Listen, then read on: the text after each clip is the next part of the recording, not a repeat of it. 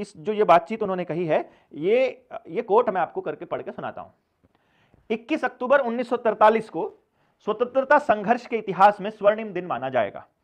पूर्वी एशिया के समस्त भागों के भारतीय स्वतंत्रता लीग के प्रतिनिधि सिंगापुर के कैथे सिनेमा हॉल में स्वतंत्र भारत की अस्थायी सरकार की स्थापना की ऐतिहासिक घोषणा सुनने के लिए एकत्रित हुए। खचाखच भरे हॉल में नेताजी सुभाष चंद्र बोस ने घोषणा में कहा, यानी कि ये उस टाइम की बात है जब सिंगापुर के कैथे सिनेमा हॉल में जो इंटरिम गवर्नमेंट जो बनाई थी नेताजी ने, उसमें उस घोषणा को सुनने के लिए जो लोग आए हुए थे, वहां रुपए के ऊपर उन्होंने किस पॉइंट पर उन्होंने क्या बोला था इस बारे में, यह होगा, अस्थायी सरकार का यह कार्य होगा कि वह भारत में अंग्रेजों और उनके मित्रों को निष्कासित करे।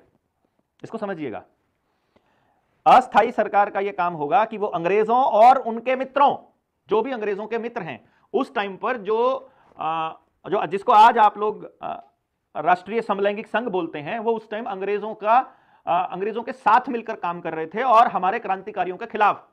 जैसे आप गंगू का नाम आपने सुना होगा, वो तो खैर इनका 4 साहिबजादों के केस में आता है, पर जो चंद्रशेखर आजाद का जिसने पता बताया था, उसका नाम आप फाइंड करके देखिएगा, मेरे दिमाग से स्किप हो रहा है, आप निकाल लीजिएगा, इतिहास में आपको मालूम पड़ जाएगा वो कौन था। वो भी गंगू के ही फैमिली में से कोई था और उन्हीं की फैमिली में से आजकल हमारे देश के साथ में गद्दारी कर रहे हैं, वही सत्ता के साथ बैठ के आज बैठे हैं और आज हमारे खिलाफ भी उसी के परिवार के लोग लगे हुए हैं। तो आप उसको ढूंढ लीजिएगा कौन था वो। अस्थायी सरकार का यह भी कर्तव्य होगा कि भारतीयों की इच्छानुकूल और उनके विश्वास की आजाद हिंद की स्थायी सरकार का निर्माण करे। ये उन्होंने बोला कि भारतीयों की इच्छा के अनुसार उनके विश्वास की आजाद हिंद की स्थायी सरकार का निर्माण करे। नेताजी द्वारा घोषणा का प्रेरणापूर्ण अपील के साथ समापन हुआ। ईश्वर के नाम पर, पूर्वजों के नाम पर, जिन्होंने भारतीयों को एक सूत्र में बांधकर एक राष्ट्र बनाया, उन स्वर्गवासी वीरों के नाम पर जिन्होंने शौर्य एवं आत्म बलिदान की परंपरा बनाई, हम भारतवासियों से देश की स्वतंत्रता के लिए युद्ध करने और भारतीय झंडे के नीचे आने का आह्वान करते हैं।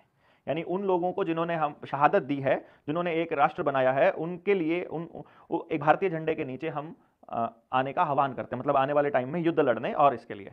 तो ये घोषणा जो है आजाद हिंद सरकार की ओर से साइन था, जिसमें सुभाष चंद्र बोस जो राज्याध्यक्ष थे, प्रधानमंत्री भी थे, युद्ध एवं विदेश मंत्री भी थे, कैप्टन श्रीमती लक्ष्मी महिला संगठन, M.A. अय्यर प्रचार एवं प्रसारण, लेफ्टिनेंट कर्नल A.C. चटर्जी वित्त मंत्री, lieutenant colonel Aziz Ahmed, lieutenant colonel N.S. Bhagat, lieutenant colonel J.K. Bhonsle, lieutenant colonel Gulzar Singh, lieutenant colonel M.Z. Kiani, lieutenant colonel A.D. Loganathan, lieutenant colonel Ehsan Qadir, lieutenant colonel Shahnawaz, ये सशस्त्र सेना के प्रतिनिधि, M.A. सहायक सचिव मंत्री स्तर के, और रास बिहारी बोस उच्चतम परामर्शदाता, करीम गनी, देवनाथ दास, D.M. Khan, A. Yellappa, J. थीवी, Sardar Ishar Singh